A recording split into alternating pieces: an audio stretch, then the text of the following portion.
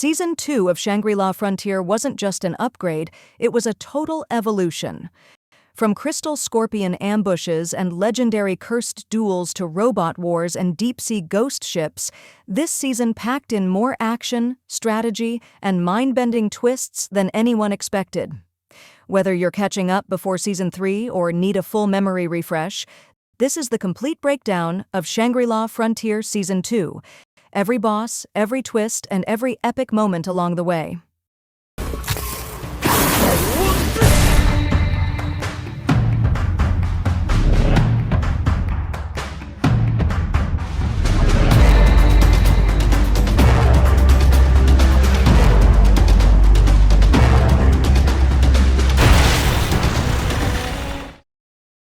Rakuro, Emul, Bilak, and Aramis reach the road of past glories, underneath an artificial construct from the Age of Divinity. As they enter, they are attacked by a machine golem, which Aramis destroys. Before they can recover, they are attacked by a giant cannonball golem. Rakuro notices the bombs prefer chasing Emul and Aramis due to their much higher level combat abilities, so he and Bilak go after the golem, which is easily defeated using the new and improved decapitator from the Dullahan General.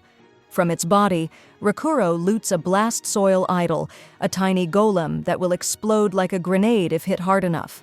Reasoning that the Age of Divinity ended due to war, Rakuro examines the area as though it were a battlefield, which points him directly to the underground manufacturing workshop. Unknown to Rakuro, they are being followed by Arthur and Katsuo, who decides to ambush Rakuro for ignoring their messages and going on a quest behind their backs. In the real world, Mana tries to help Rei speak to Rakuro again by selling them both copies of a brand new trash game, even telling Rei to get on with it already. Arthur and Katsuo capture Rakuro, having figured out he was up to something by all the crystal scorpion loot in Inventoria. They agree to help find the magic application unit, since it will help them use the inoperable items in Inventoria. They descend into the workshop and defeat a security robot. Arthur reveals the weapon she had to abuse loopholes to keep after her earlier death. The workshop turns out to be a scientific laboratory. Rakuro finds a hologram of a monster and wonders if it was responsible for destroying the civilizations of the Age of Divinity. After finding the unit, Arthur and Katsuo send it away with Bilak so she can start work on becoming an ancient craftsman. They then force Rakuro to delay his unique scenario as they need him for Wolfgang business in Eighthold. That business turns out to be Animalia and her clan of animal lovers SF Zoo, all wanting their own Emul Rabbit NPCs. Realizing Arthur and Katsuo sold him out to SF Zoo, Rakuro throws Emul to them since she is who they want. Saiger 100 and Professor arrive for a meeting between the clans Wolfgang, Schwarzwolf, SF Zoo, and the library. Saiger 100 wants information on Lycagon and is willing to remove Lycagon's curse from Rakuro in exchange. Rakuro is reluctant to reveal Rabbituza to SF Zoo in case it causes trouble for Visage. Instead, he only talks about Lycagon, and they theorize legendary beasts might only be beatable if you start their related unique scenario first. Professor reveals the only other legendary beasts known about, the Kraken Ctarnidd of the Abyss, Golden Dragon Zigworm the Sky Ruler, and Orchestra the Doom Echo. Rakuro informs Saiger 100 everything he remembers about Lycagon.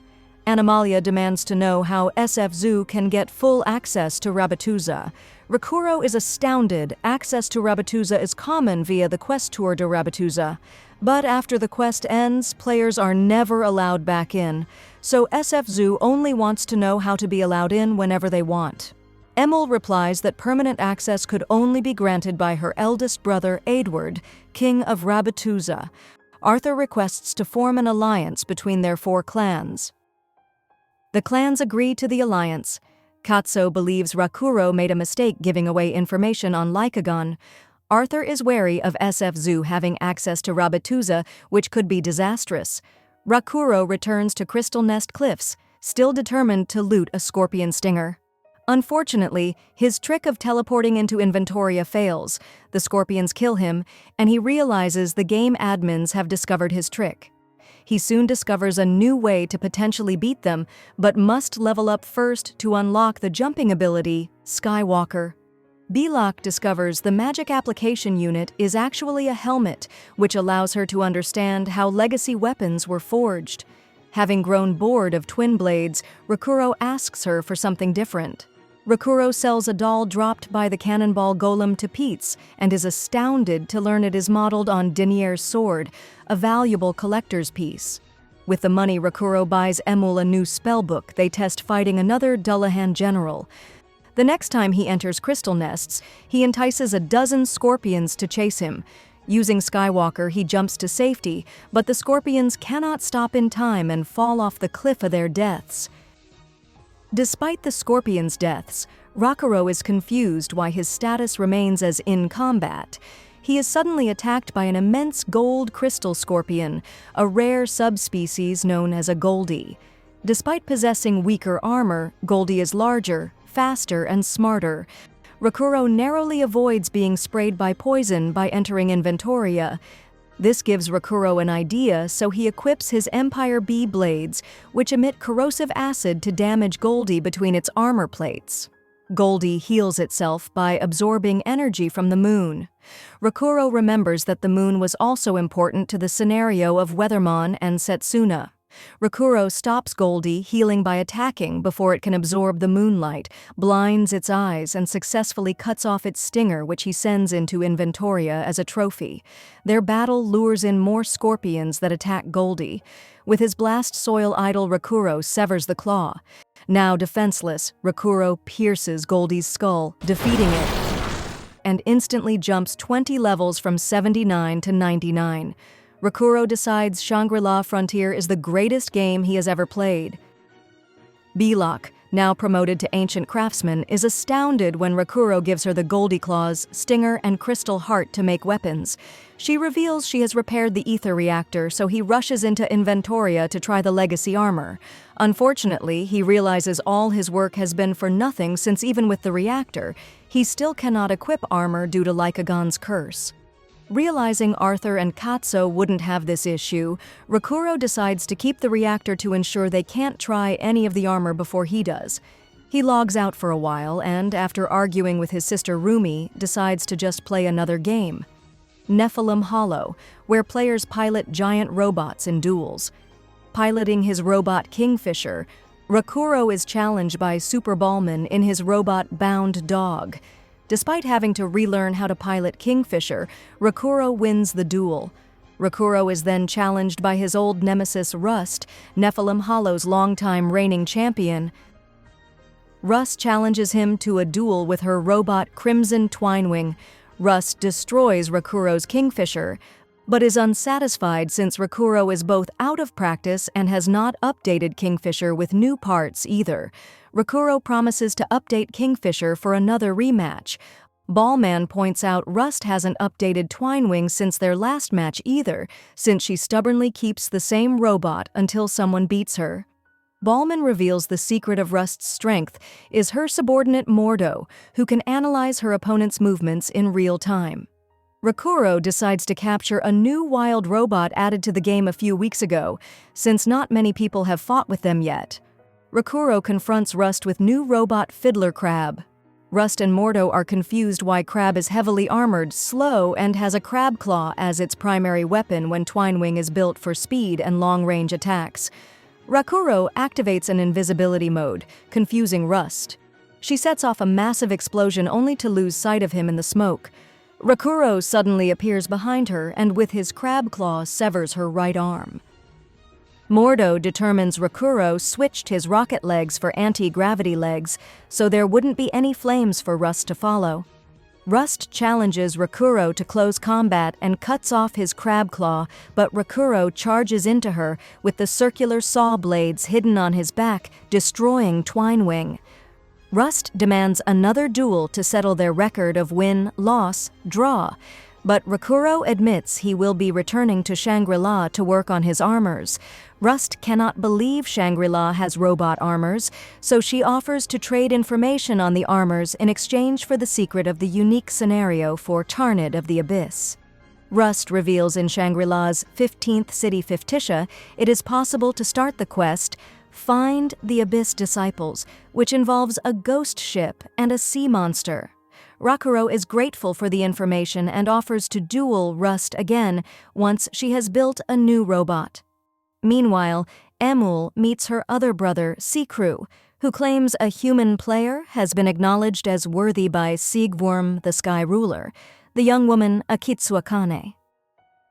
Rakuro struggles to accept that another player has been recognized by a unique monster and invited to Rabatuza. It is also a problem he can't currently focus on since he has to make it to Fictitia by 8 a.m., so Rust and Mordo can help him start Ctarnidd's unique scenario. He bribes Emul to stay in Rabatuza and contact him as soon as Akitsuakane arrives to meet Vaisash. Bilak gives Rakuro the weapons he wanted made from the Goldie Scorpion, gauntlets for hand-to-hand fighting called Gilta Brila. Realizing he needs help, Rakuro reaches out to the one player least likely to interrogate him, Saiger Zero, aka Rei, who gleefully arranges to meet him in 11 Tar on the other side of Ruins of Past Glories.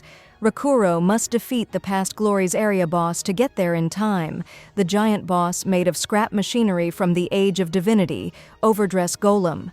Fortunately, its weakness is very publicly known. By climbing up its back to its head, it is possible to defeat it in only 1 minute.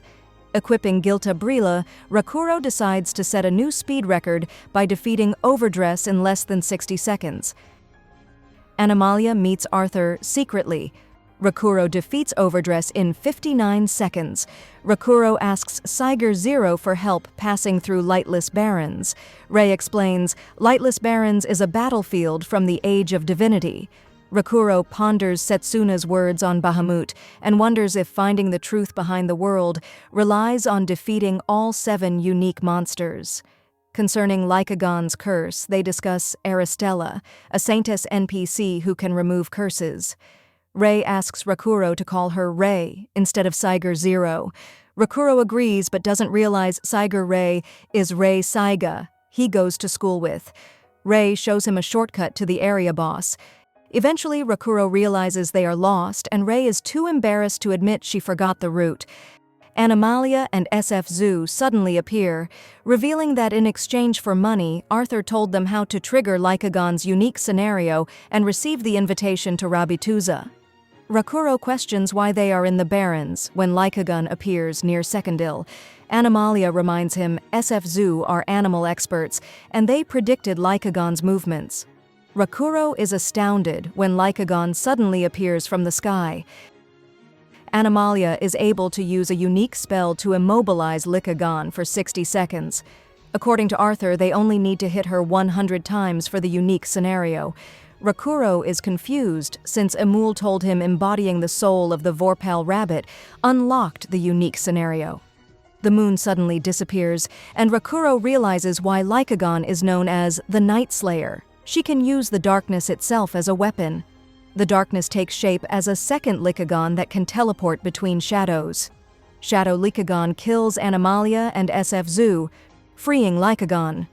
Rakuro is desperate for their long-awaited rematch, but can't risk Rei triggering the unique scenario herself, then passing the secret to Schwartz Wolf. Plus, he still has to reach Fictitia. Rei is concerned she has never seen Rakuro so serious about anything, and yet something is holding him back from the fight. She nonetheless reminds him what he once told her, enjoy games with all your heart.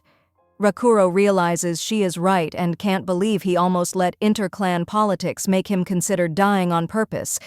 Then they attack Lycagon together. Rakuro notices Shadow Lycagon has simpler attack patterns. Appear, attack once, then disappear. Staying in the moonlight, Rakuro is able to dodge Shadow Lycagon. Lycagon shows she can move through shadows as well, and Rakuro is forced to use his Inventoria trick.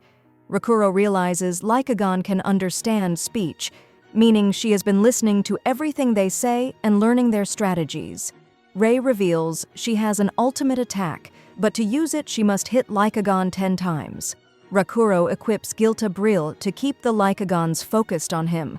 The moon disappears behind clouds, making Shadow Lycagon faster, forcing Rakuro into Inventoria again. Lycagon's curse stops him equipping armor to his body, but Inventoria contains other equipment he can use. He returns to battle with the helmet Adabane and the combat robot Suzaku. Rei is baffled by this but lands her 4th hit. Suzaku vaporizes the clouds, fully revealing the moon and limiting Shadow Lycagon's movement. However, after landing her 5th hit, Lycagon smashes her into a wall. Nearby, Emul races through past glories, accompanied by Sikru and Akitsuakane, who is certain she has met Rakuro before, and looks forward to seeing him again. Rakuro tries to distract Lycagon, but she ignores him to attack Rei. She is seemingly killed, only for Akitsuakane to save Rei with a ninja technique. Seeing scars on her face, Rakuro assumes Sigworm cursed Akitsuakane like Lycagon did to him. He quickly adds her, Sikru and Emul to his party, upsetting Rei. Lycagon continues targeting Rei, giving her no opportunity to heal. Akitsuakane references dueling Rakuro in the trash game Burp, causing Rakuro to realize Akitsuakane is actually Dragonfly. Rakuro realizes they aren't dealing damage to Lycagon, so he has Emul cast a spell at her designed to damage ghosts. Lycagon actually stops chasing Rei to dodge the spell, and Rakuro confirms Lycagon must be a spirit. Lycagon starts targeting Emul, forcing Rakuro to protect her. Suzaku starts to run out of fuel, which risks the clouds covering the moon again. Rei lands her 10th attack, allowing her to begin her ultimate attack. Rakuro realizes whilst Rei is preparing she is vulnerable, meaning they have to protect her until she is finished. With a fire breath attack she learned from Sigworm, Akitsuakane lights up the area, leaving Shadow Lycagon no shadows to appear from. Rakuro fires the bullet, causing massive damage to Lycagon, but Rakuro's own health drops to 1. Rei finally strikes Lycagon with her ultimate attack, Armageddon. Somehow, Lycagon survives, but to everyone's confusion, Lycagon doesn't attack. Instead, she smiles, dissolves into mist, and vanishes. Everyone receives the new title, Shadow Wolf Revealer, the guiding light status, and the unique scenario, Light of Courage, Banishing the Dark. Yet there is no system announcement for Lycagon's defeat. Rakuro realizes they weren't fighting Lycagon and a Shadow Lycagon, they were fighting 2 Shadow Lycagons. Rei is happy anyway, as they are still the first to have defeated a Shadow Lycagon. Rakuro's Lycagon scars start to glow, and he hopes the curse will be lifted so he can equip armor. Suddenly, a cartoon likeness of Lycagon's head appears and swallows him. Cartoon Lycagon spits him out after altering his curse. The real Lycagon will now hunt him herself. The curse can no longer be removed by a saint.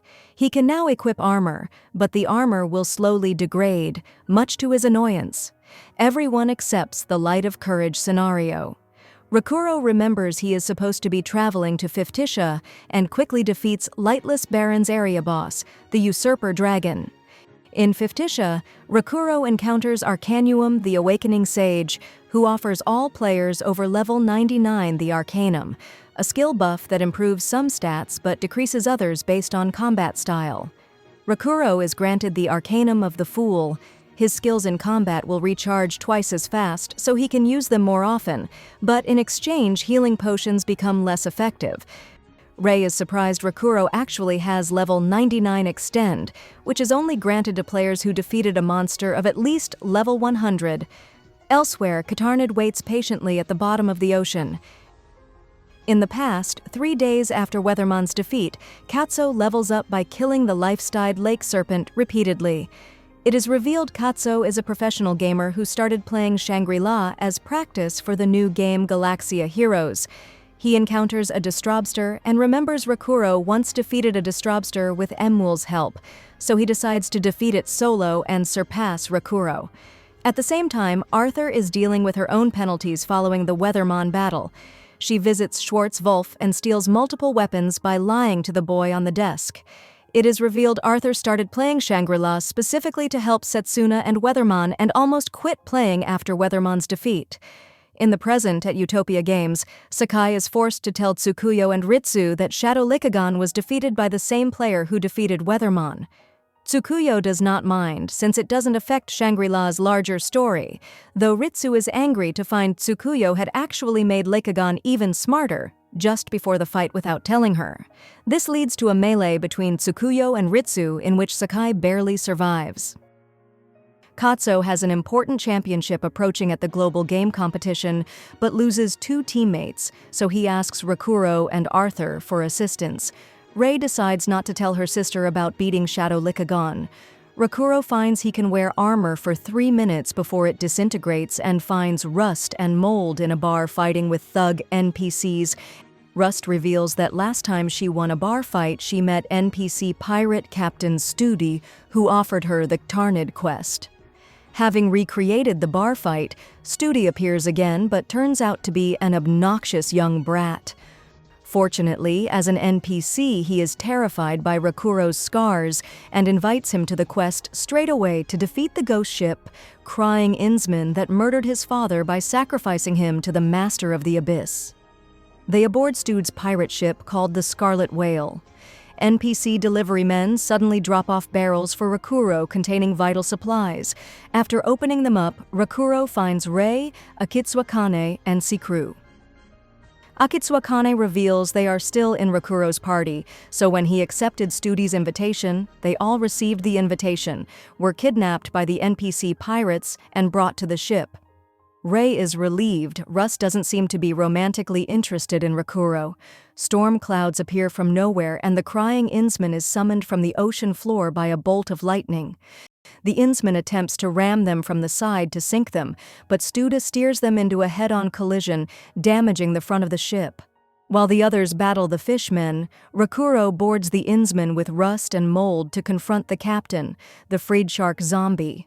Stude overcomes his fear and decides to fight as well to avenge his father. Rei struggles as she is still suffering the after-effects of casting her Armageddon spell. Rakuro throws Emul to Mold in the crow's nest to provide magical support from above, allowing him to go all out on Freed Shark.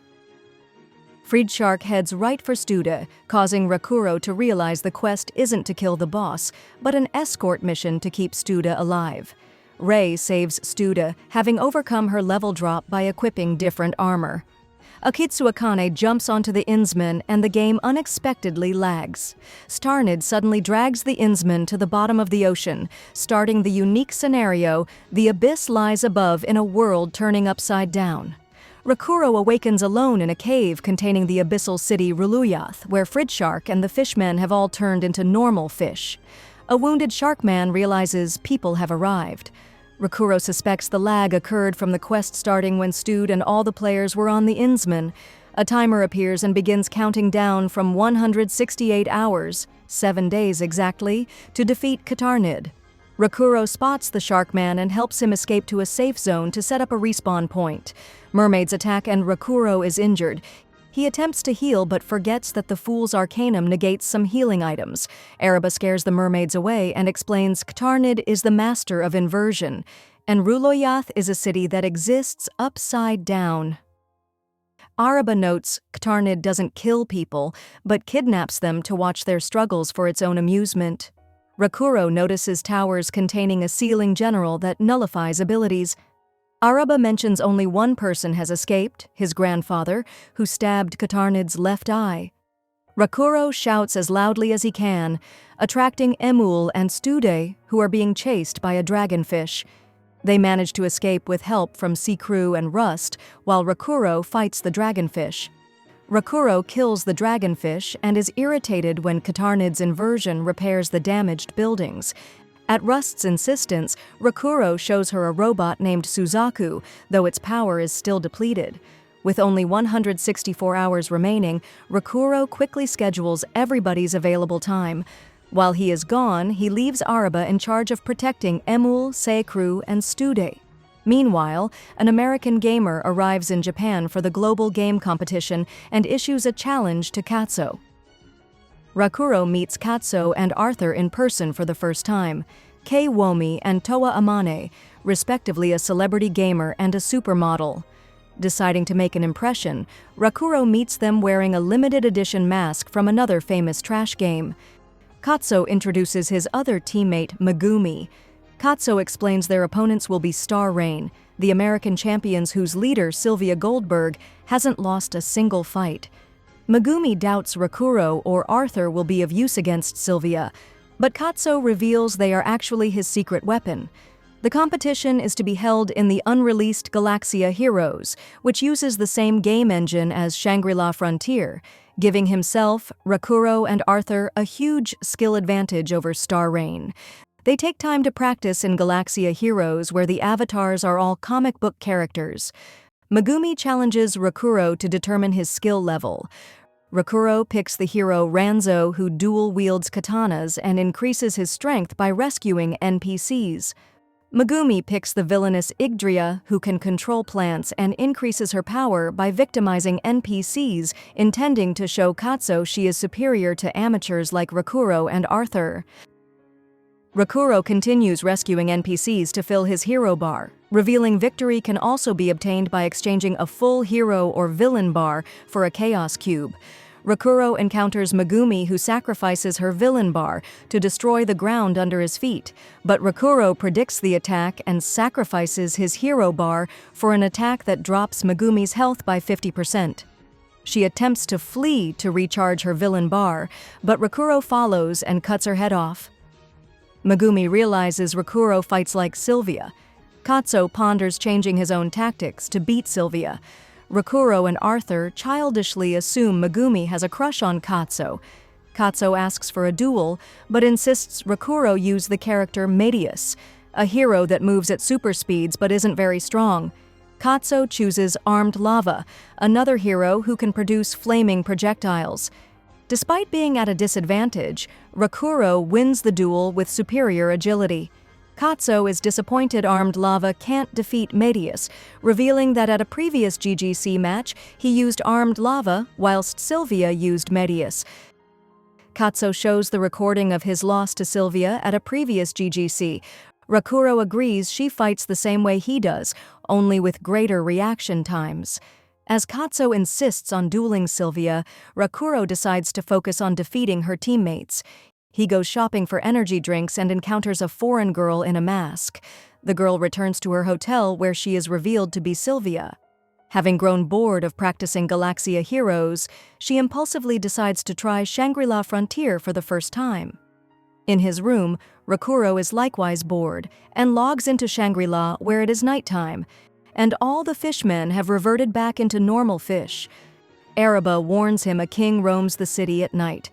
Rakuro quickly spots King, a giant shark named Atlanticus that preys on dragonfish using fire and electricity attacks. Rakuro provokes Atlanticus into chasing him towards a ceiling general tower to see if it is possible to destroy them. At one point, he barely dodges an attack and realizes the professional gaming chairs provided by the GGC have much faster reaction time. Atlanticus attacks again, destroying a huge area of Ruluiath with Rakuro seemingly caught in the blast. Rakuro escapes into Inventoria at the last second, but when he gets out, he finds the city destroyed, with only the ceiling tower remaining undamaged. Atlanticus returns and almost eats him, but he is saved by Araba, who swims him up high over the city. Araba reveals he figured out how Ruluiath works. As a human, Rakuro perceives Ruluiath as being filled with air, but as a fish-based species, Araba can choose to perceive it as water-filled in order to swim. Rakuro has an epiphany of his own. If Ruluiath works on inversion, then it makes no sense for the towers to be indestructible, but to reflect all attacks away from itself. He then discovers he can use this in order to defeat Atlanticus. Working together, he and Araba provoke Atlanticus into shooting an electricity laser at Rakuro as he stands on the tower. Rakuro uses Inventoria again, so the laser misses him, strikes the tower, and is reflected back onto Atlanticus, injuring it with its own attack. As it is still alive, Rakuro kills it with Giltabrilla, just narrowly missing its final fiery explosion as it dies. Collecting the loot, Rakuro suddenly realizes he has not sleep before the first GGC match. Rakuro learns that in order to compete, he must post his name on the competition website. Arthur chooses to register under an alias, as does Rakuro. so they respectively register as No Face and No Name.